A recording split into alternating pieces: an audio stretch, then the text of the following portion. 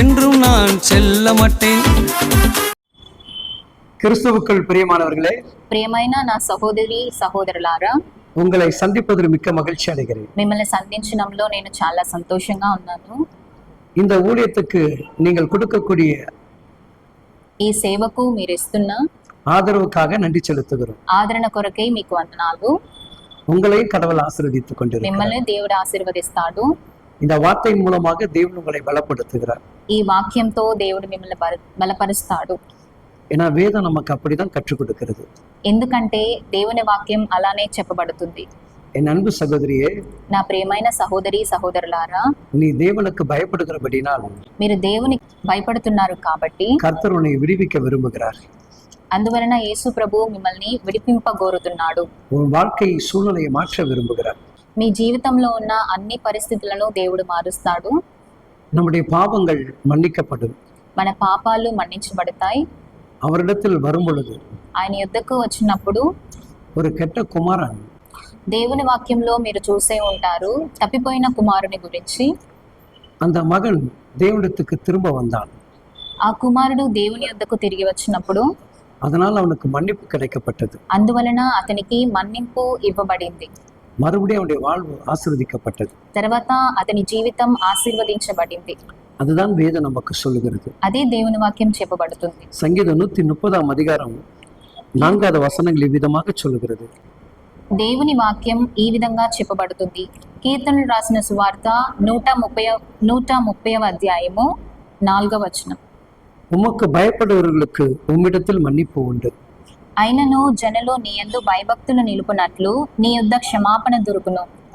நீங்கள் யாவரும் தேவனுக்கு பயப்படுகிறீர்கள். మీరందరూ దేవునికి భయపడుతున్నందువలన, அதனால்தான் தேவன் நம்மை மன்னித்துக் கொண்டிருக்கிறார். అందువలనే యేసు ప్రభువు మనకి మన్నిపు దయచేస్తున్నాడు. நம்ம அநேக காரியங்கள் தவறு செய்து கொண்டிருக்கிறோம். మనం అనేక కార్యాల్లో ఎన్నో తప్పులు చేసినను, ஆனாலும் தேவனிடத்தில் வரும் பொழுது, అయినను దేవుని యొద్దకు మీరు వచ్చేటప్పుడు, பரிசுத்தமான ஆலயத்துக்கு வரும்போது, పరిశుద్ధమైన దేవుని ఆలయానికి నువ్వు వచ్చేటప్పుడు நம்மளை அறியாத ஒரு பயம் ஏற்படுகிறது. మనకు తెలియనటువంటి ఒక భయం యేసు ప్రభు మనకి ఇస్తున్నాడు. அந்த பயம்தான் நம்மை மன்னிப்புக்கு உருவாக்குகிறது. ఆ భయమే మనము క్షమింపబడడానికి కారణమవుతుంది. என் அன்பு சகோதர சகோதரிகளே, నా ప్రియ సహోదరి సహోదరులారా, சொந்த பந்தங்களை மன்னிக்க கற்றுக்கொள்ளுங்கள். బంధుమిత్రులని మన్నించడానికి ప్రయత్నించండి. சக நண்பர்களை மன்னிக்க கற்றுக்கொள்ளுங்கள்.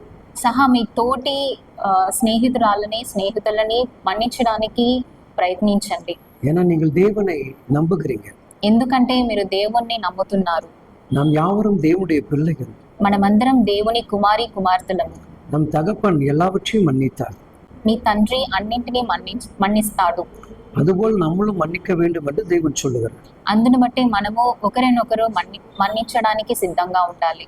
உண்மையிலே நீங்கள் தேவனுக்கு பயப்படுபவர்களாக இருப்பீர்கள் என்று சொன்னால், నిజంగా మీరు దేవునికి లోబడినట్లయితే நிச்சயமாக எல்லாவற்றையும் மன்னிப்பீர்கள். నిశ్చయముగా అన్నిటిలో నుంచి మిమ్మల్ని విడిపిస్తాడు. பைபிள் நிறைய பேர் மன்னிப்பதை நாம் பார்த்தோம். బైబిల్లో చాలా మందిని మన్నించే సందర్భాలని మనం చూస్తున్నాము. அன்பான தெய்வ பிள்ளைகளே, ప్రియమైన సహోదరి సహోదరులారా, இயேசு கிறிஸ்துவிடத்தில் ஒரு அன்பான குணம் உண்டு.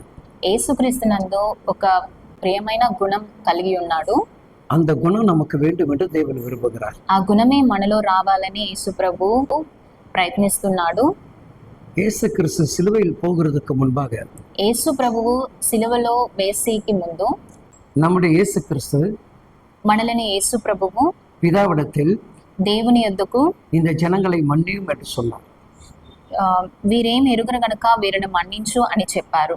ஏன்னா சிலுவையில் அறைய வேண்டும் என்று சொன்ன ஜனங்களை, ఎందుకంటే యేసు ప్రభుని సిలువలో వెయ్యాలి అని చెప్పిన జనులకు இவர்களை மன்னிங்கள் என்று தேவன் சொன்னார். వీరిని మన్నించుమని యేసు ప్రభు చెప్పాడు.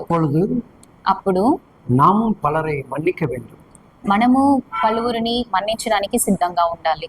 நாம் யாவரும் தேவனுடைய பிள்ளைகள். మనమందరం ఆయన కుమారులు. ஒருவருக்கொருவர் அன்பாக இருக்க வேண்டும். ఒకరికి ఒకరు ప్రేమగా ఉండడం బట్టి அதைதான் தேவன் நமக்கு கற்றுக் கொடுத்திருக்கிறார். అదే యేసు ప్రభువు మనకి నేర్పిస్తున్నాడు. என் அன்பு சொந்தங்களே, నా ప్రియ సహోదరులారా, நீங்கள் எல்லோரையும் மன்னிப்பீர்கள். మీరందరినీ మన్నించడం నేర్చుకోండి. உங்களுக்கு அந்த நல்ல குணம் இருக்கிறது. ఆ గొప్ప గుణం యేసు ప్రభు మనకి ఇచ్చాడు. நீங்கள் கர்த்தருக்கு பயப்படுகிறீர்கள். కానీ మీరు దేవునికి భయపడాలి. அந்த பயம்தான் எல்லாரையும் மன்னிக்க வைக்கிறது. ఆ భయమే మీరు అందరినీ క్షమించడానికి సహాయపడుతుంది. நீங்கள் தொடர்ந்து அதை செய்து பாருங்கள். మీరు నిరంతరం దాన్ని చేయడానికి సిద్ధంగా ఉండండి. அதனால்தான் தேவன் நம்மை நேசிக்கிறார். అందువలనే యేసు ప్రభు మనల్ని ప్రేమిస్తున్నాడు. உங்கள் யாவரையும் கர்த்தர் ஆசீர்வதிப்பார். మీ అందరినీ యేసు ప్రభు ఆశీర్వదించును గాక. ఆమేన్. ఆమేన్.